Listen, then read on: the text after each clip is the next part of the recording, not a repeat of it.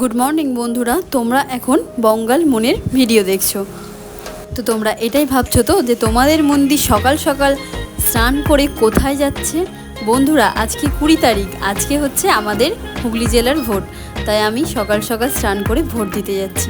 তোমরা দেখো, এখন সকাল 6:30 বাজে, তাই এত ভিড়।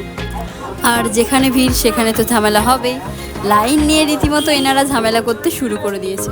ভেতরে যেহেতু ফোন নট অ্যালাউ, তাই ভেতরে ফোন নিয়ে যেতে দেয়নি।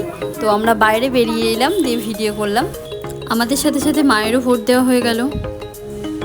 বন্ধুরা, ভোটটা হচ্ছে ব্যক্তিগত, তাই কেউ কাউকে জানায় না যে কে কাকে ভোট দিল বা কী বৃত্তান্ত। আমিও কাউকে জানাবো না, আর তোমরাও নিশ্চয়ই কাউকে জানাবে না। আমি এই কারণেই ভিডিওটা করলাম যে যেহেতু আজকে আমার অফিস ছুটি নেই, আমাকে অফিস যেতেই হবে।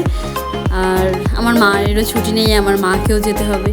তাই সকাল সকাল উঠে ভোট দিয়ে যাচ্ছি। এই যে একটা ব্যাপার, সেটা শেয়ার। তোমরা দেখতেই পাচ্ছ রাস্তাঘাটে কত রকমের ইয়ে দিয়ে সাজানো রয়েছে।